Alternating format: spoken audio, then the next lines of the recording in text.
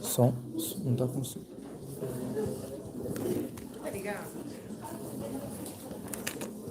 O escapulário, uma veste nupcial.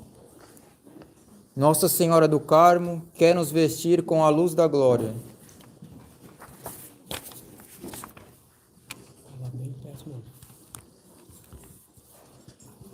Depois de termos visto o que nos aguarda após a morte, o juízo particular que teremos diante do soberano juiz, a quem nada se esconde, nada se desculpa, depois de termos visto o inferno, um lugar terrível, onde os condenados sofrerão uma pena dos sentidos, do fogo e de danação, depois de termos visto o purgatório,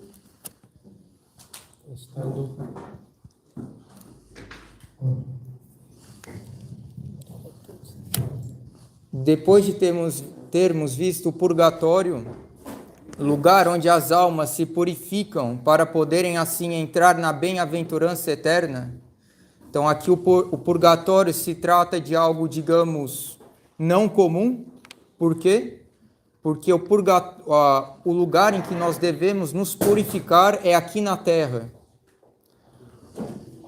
Enfim, podemos entrar agora no céu, falar da glória eterna, discorrermos sobre a terra herdada pelos justos, conhecer a bem-aventurança onde contemplaremos Deus face a face e não mais sobre o espelho das criaturas. Então, como sabeis, mas aqui não custa nada recordar, a devoção à Santíssima Virgem do Monte Carmelo começou, de certa maneira, antes próprio da Virgem Maria. Lemos no livro dos Reis, capítulo 18, versículo 44, que o profeta Elias, nesse monte, anunciou uma abundante chuva por uma simples nuvenzinha que ele tinha visto no horizonte. Ora, essa pequena nuvem sempre foi reconhecida pelos padres da igreja como figurando a Santíssima Virgem. Uma criatura simples aos olhos dos homens, mas plena de graça aos olhos de Deus. Nesse monte, os discípulos do profeta Elias se reuniram, os quais, depois do cristianismo, acabaram se convertendo e dedicando a sua ordem à Santíssima Mãe do Salvador com o título de Nossa Senhora do Monte Carmelo. Essa ordem ganha corpo e se desenvolve no Ocidente muito por São Simão Stock. Ela é aprovada pelo Papa Honório III. E, em 1322, o Papa João XXII promulga a bula sabatina, estabelecendo os privilégios e condições para o uso do escapulário, como foi anunciado nas outras conferências, em razão das promessas que a Santíssima Virgem fez para aqueles que o usassem. E dentre essas promessas, a mais conhecida é aquela que todo aquele que usar o escapulário, Nossa Senhora o livrará das chamas do inferno. E também que, depois da sua morte, no primeiro sábado do mês, ela o livraria do purgatório.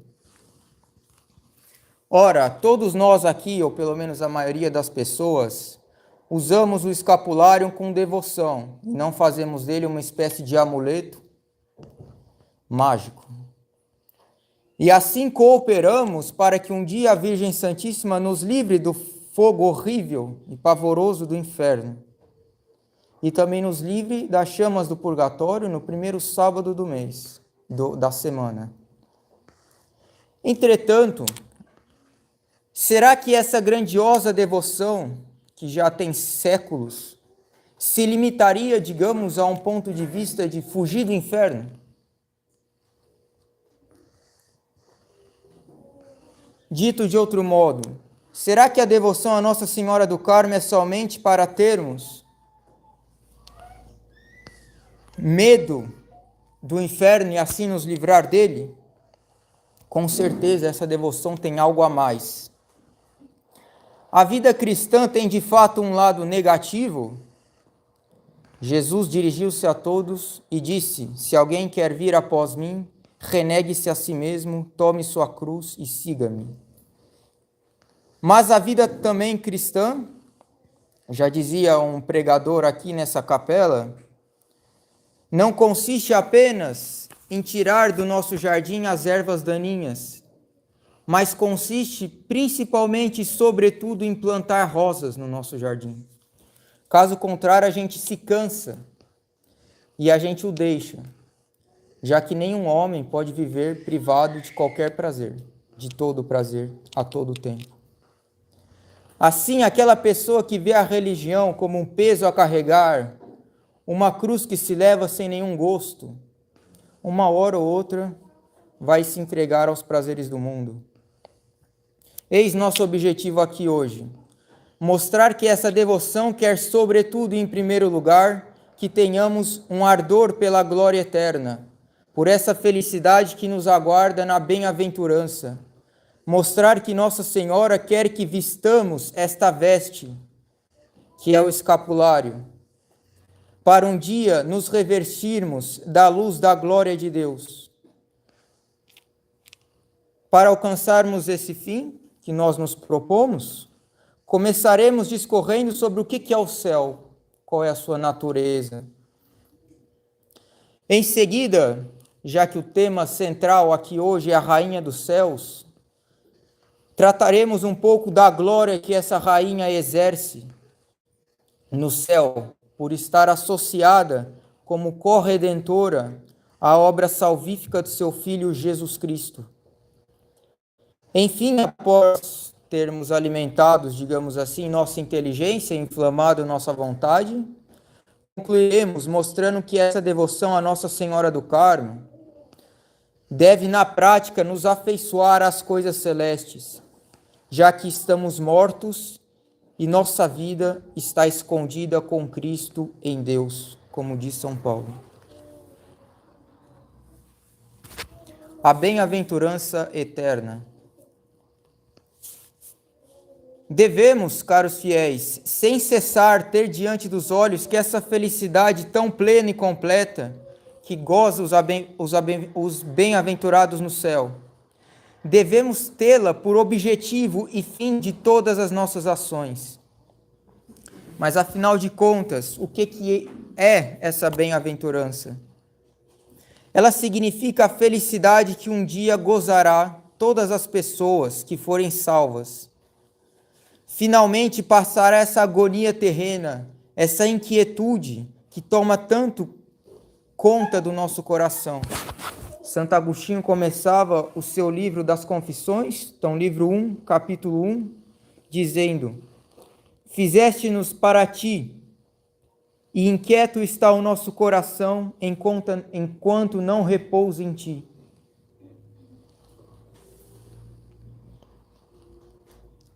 Toda a ideia de uma felicidade que se repousa nas coisas terrenas deve ser afastado quando a gente pensa na bem-aventurança.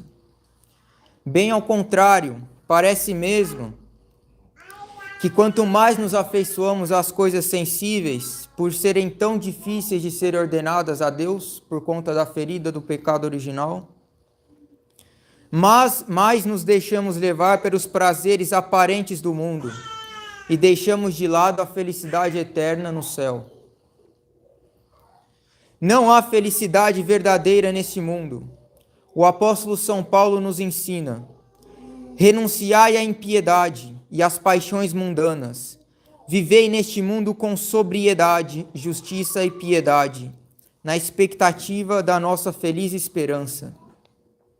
A gente também lê em São João: não ameis as coisas do mundo, nem as coisas que estão neste mundo. Se alguém ama o mundo, a caridade do Pai não está nele. Uma vez possuída essa felicidade, ela não corre mais o risco de ser perdida, pois este tesouro não poderá mais ser roubado. Não ajunteis para vós tesouros na terra, onde a ferrugem e a traça corroem, onde os ladrões furam e roubam. ajuntai para vós tesouros no céu, onde não consomem nem as traças, nem as ferrugens, e os ladrões não furam nem roubam. E quão grande não será essa felicidade que olho algum jamais viu, ouvido nenhum jamais ouviu, nem coração algum jamais imaginou. Com efeito, essa bem-aventurança se trata ao mesmo tempo de dois aspectos. Uma libertação de todos os males, num sentido negativo, e uma possessão de todos os bens, num sentido positivo. Os bem-aventurados não terão fome nem sede, o sol ou calor algum os abrasará. Deus enxugará toda lágrima de seus olhos, e já não haverá morte, nem luto, nem grito, nem dor, porque passou a primeira condição. No que se refere à possessão de todos os bens, há ainda dois tipos. Um se refere à visão beatífica, e outro às consequências dela. A visão beatífica, não se espantem com o nome, consiste na visão de Deus, tal qual Ele é nele mesmo e na sua própria natureza, e a tornarmos nós mesmos como deuses. A gente lê em São João: não se manifestou ainda o que havemos de ser. Sabemos que, quando isto se manifestar, seremos semelhantes a Deus, porque o veremos tal qual Ele é. Evidentemente, Deus excede toda a representação, toda imagem, todo conceito. Para que possamos o ver face a face, tal qual Ele é, e não mais sobre o espelho das criaturas, Deus nos dará duas coisas.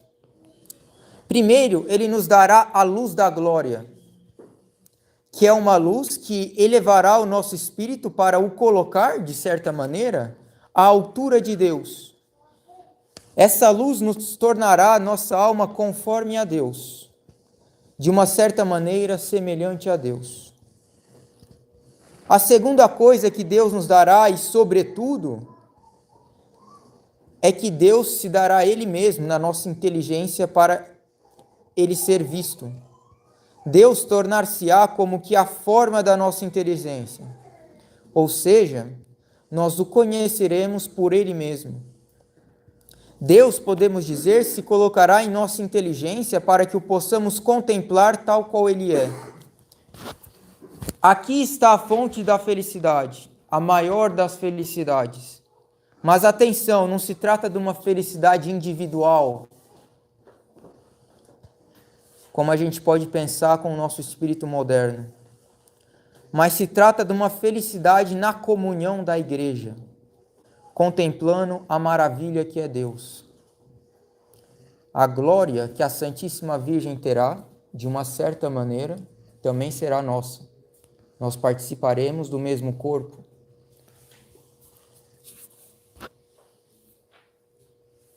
As consequências, quais são as consequências da visão beatífica? São três: glória, honra e paz. Primeiro, a glória. A imagem sensível que mais nos assemelha a tal glória, embora tenha seus defeitos, é a imagem do ferro que, submetido à ação do fogo, toma para si a forma do fogo. Ele não muda de substância. Entretanto, ele torna-se tão incandescente que diríamos que aquilo é fogo.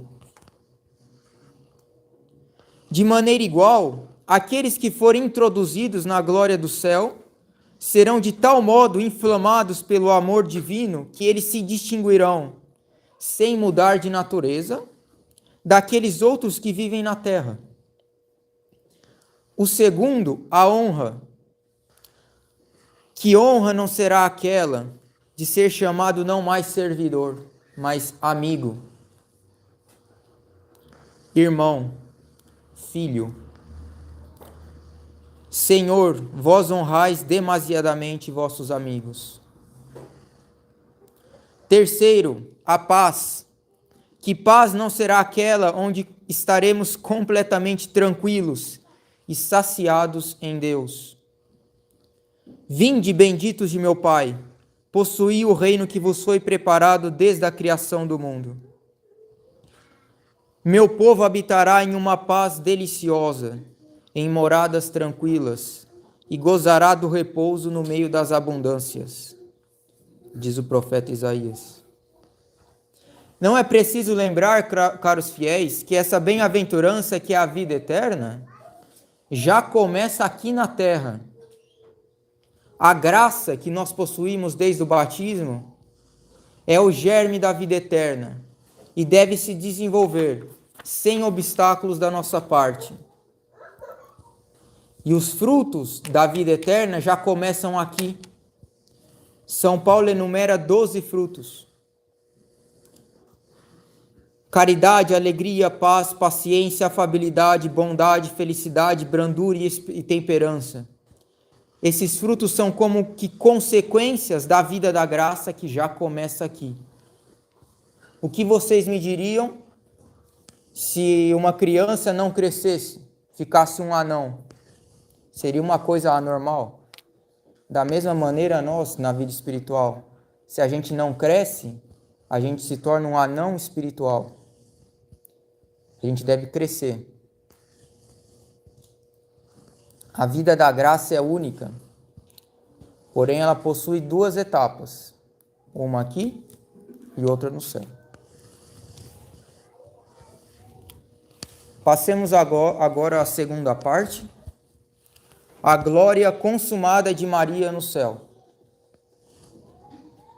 Sabemos por dogma de fé que a Santíssima Virgem foi elevada ao céu após sua ressurreição de corpo e alma. Do mesmo modo que Deus havia preparado um jardim cheio de delícias para Adão e Eva, Ele também preparou um jardim para seu filho. A Santíssima Virgem Maria. São Luís nos diz que Deus juntou todas as águas e a chamou mar. Também juntou todas as graças e a chamou Maria. A Virgem Maria, por sua maternidade divina, se eleva e faz parte de uma outra ordem. Ela está associada à ordem hipostática de seu Filho Jesus Cristo.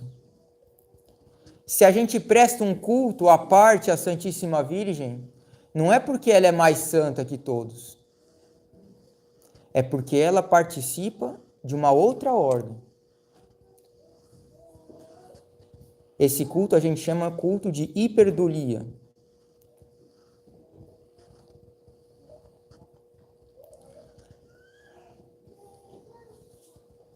Ela é Imaculada Conceição. Essa maternidade divina gera uma fonte de prerrogativas à Virgem Maria. Ela é Imaculada Conceição, ou seja, foi concebida desde o ventre de Santana, sem pecado original. Mas não se trata somente de algo negativo, como se ela tivesse isenta do pecado original, como se a partir do pecado original nós estivéssemos no -1 e a Santíssima Virgem Maria foi para o 0. Não. A Imaculada Conceição, ela também foi plena de graça. Imagine a maior graça possível que o maior santo chegou aqui na Terra. A Virgem Santíssima já teve desde quando ela estava na barriga de Santana.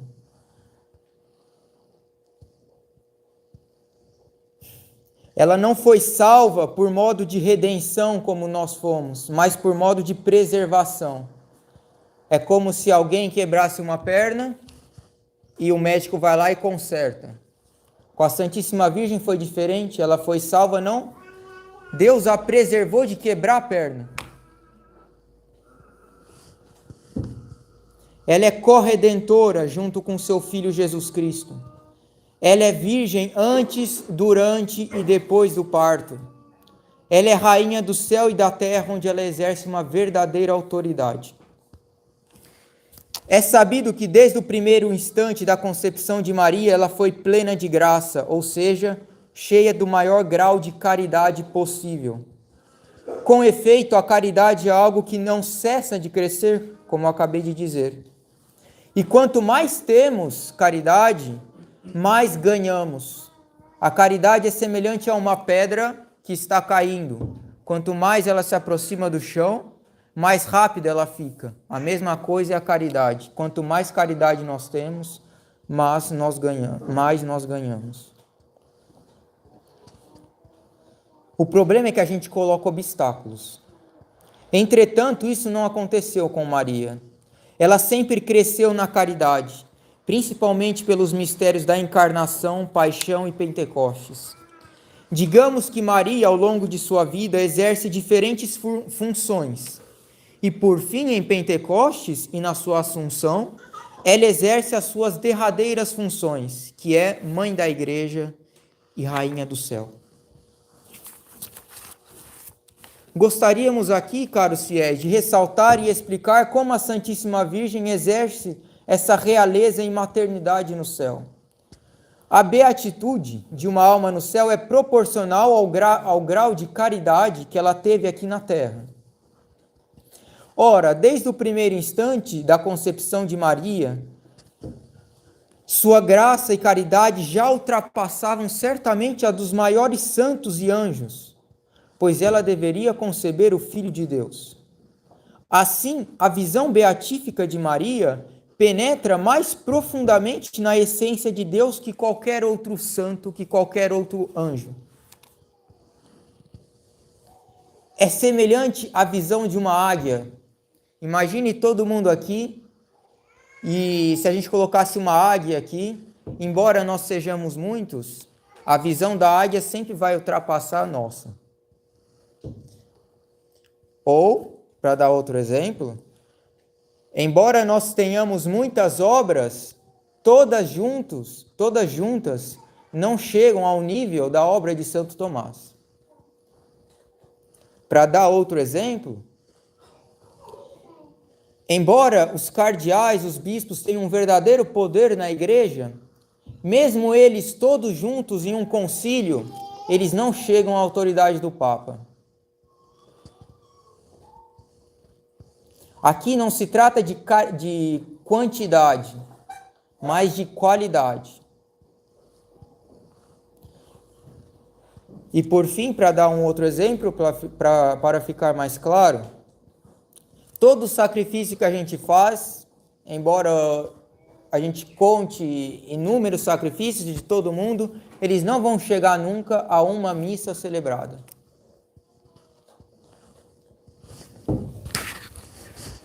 Com efeito, sabemos que Deus conhece todas as coisas nele mesmo. Ou seja, é porque Deus se conhece que ele conhece tudo, já que nada acontece sem que Deus mova. Deus é ato puro, causa primeira, sustentador de tudo o que é. E eu abro um parênteses aqui. Isso deve nos dispor até uma grande confiança e amor ao divino beneplácito. Por quê?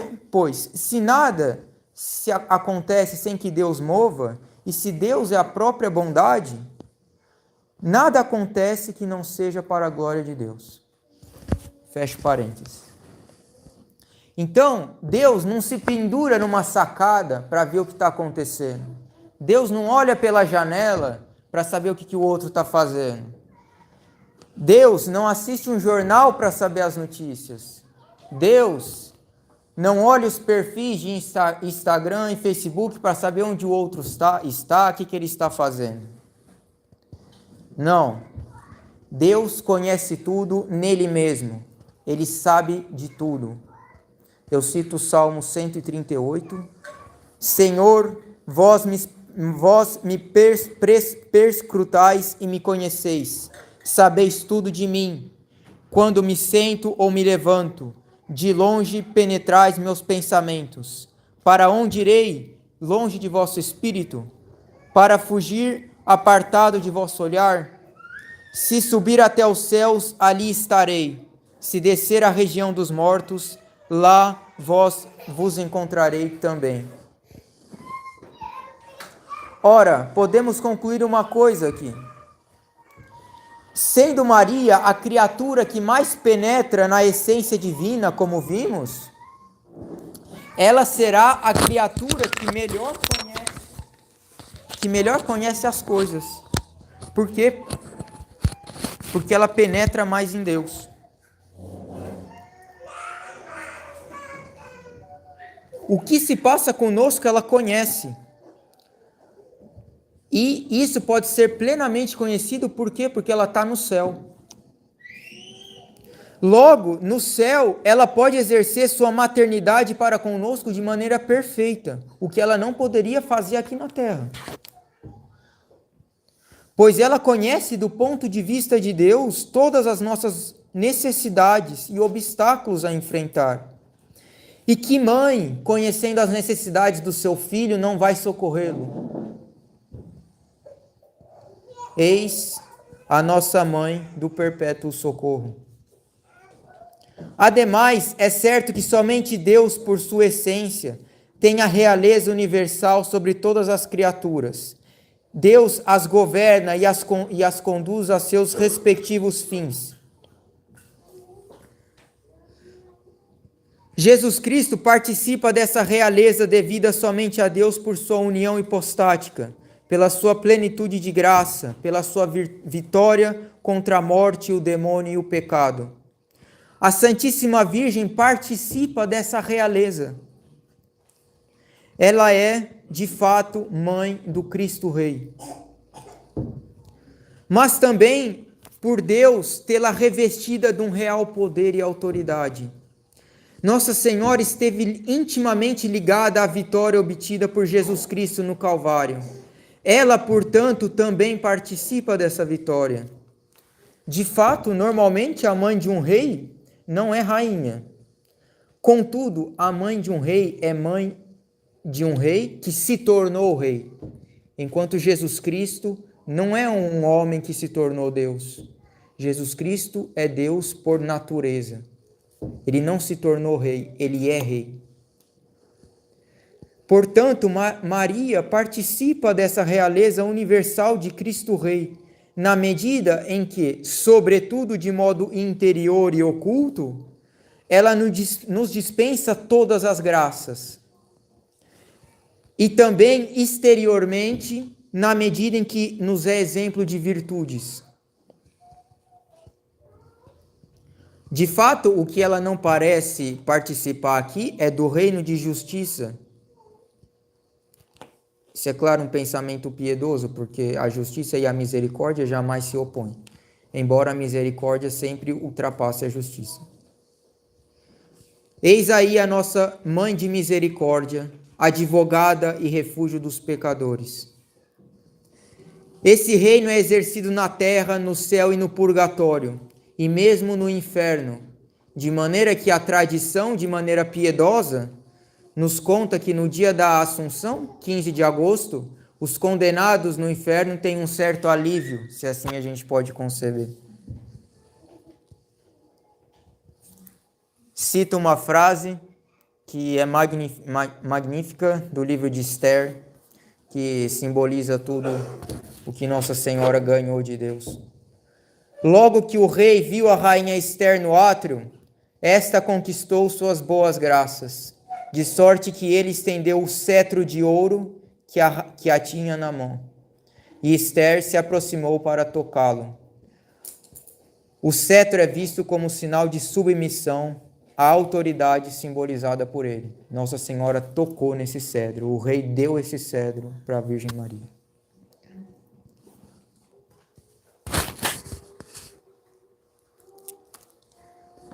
Caros fiéis, podemos concluir uma coisa. Depois de nos termos lembrado das verdades da bem-aventurança, de termos conhecido a glória que Maria tem no céu, acreditamos que nossa vontade esteja realmente inflamada para lutar e conquistar esse lugar. Ver Deus face a face, honrar esse reino de Jesus e de Maria, possuir a terra das delícias prometidas por Deus. Ó Senhor, como são amáveis vossas moradas, ó Senhor Deus dos exércitos. Minha alma desfalecida se consome suspirando pelos átrios do Senhor.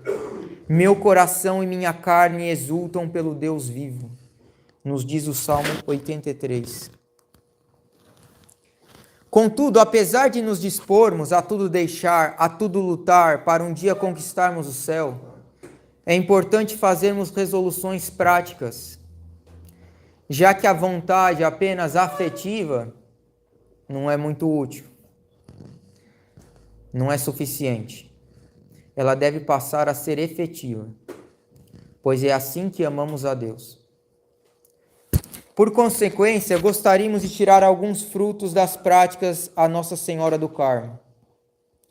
São Simão Stock reza da seguinte maneira à Virgem do Carmo: Flor do Carmelo, vinha florífera, esplendor do céu, Virgem fecunda singular, ó Mãe benigna, sem conhecer varão, aos carmelitas dá privilégio, estrela do mar.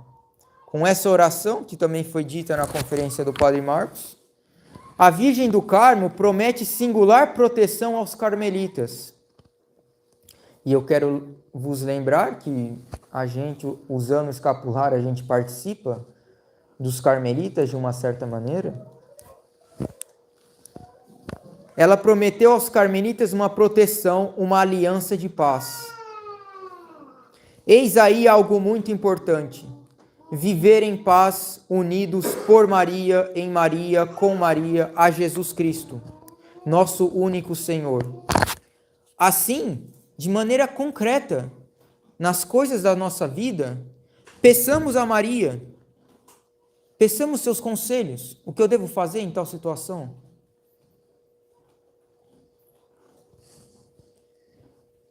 Consultemos essa sede de sabedoria. Imitemos suas virtudes, a sua fé, pura, firme, inquebrantável, ativa, penetrante. A sua esperança pronta para suportar tudo, para adquirir a pátria celeste. A sua caridade aniquiladora de si mesma. Por exemplo, não reclamemos do que acontece, do que nos é pedido. Outro exemplo, façamos oração todos os dias, a oração mental. A oração mental não é um exercício que a gente deve cumprir, está feito, não. A oração mental, se a gente propõe a fazê-la de manhã, é para que o dia a gente continue essa união com Deus, que a gente começou de manhã. Procuremos conhecer melhor a Deus pela Virgem Maria, por exemplo, frequentando as conferências dos padres. Sejamos dóceis e obedientes aos padres, com o sacrifício da nossa vontade própria. Sejamos corajosos nas situações em que a gente tem que demonstrar a fé diante do mundo, etc. Caros fiéis, esses escapulários que usamos é uma miniatura da veste carmelita dada a São Simão Stock. Esta veste, dada pela Senhora revestida do sol, é símbolo da veste nupcial da glória com Maria, que Nossa Senhora quer ardentemente nos vestir. Procurem guardar ao longo do dia essa presença de Deus, por Maria, com Maria, em Maria. Conversem com ela ao longo do dia. Peçam conselhos, imitem-na. Façam vossas devoções, em especial a devoção do Santo Rosário, não como um peso que nos é imposto, que a gente reza com afobação, com pressa no fim do dia porque a gente está com sono. Mas façamos do Santo Rosário e das devoções marianas algo que nós fazemos com amor, com generosidade. Claro, se der para rezar só no fim do dia, paciência, mas façamos aquilo com amor, generosidade.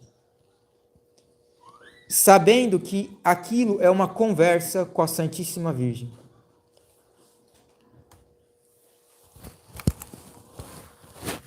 Ó Mãe, que possamos vos amar com um amor filial, que possamos gozar desta paz que prometestes aos vossos filhos carmelitas.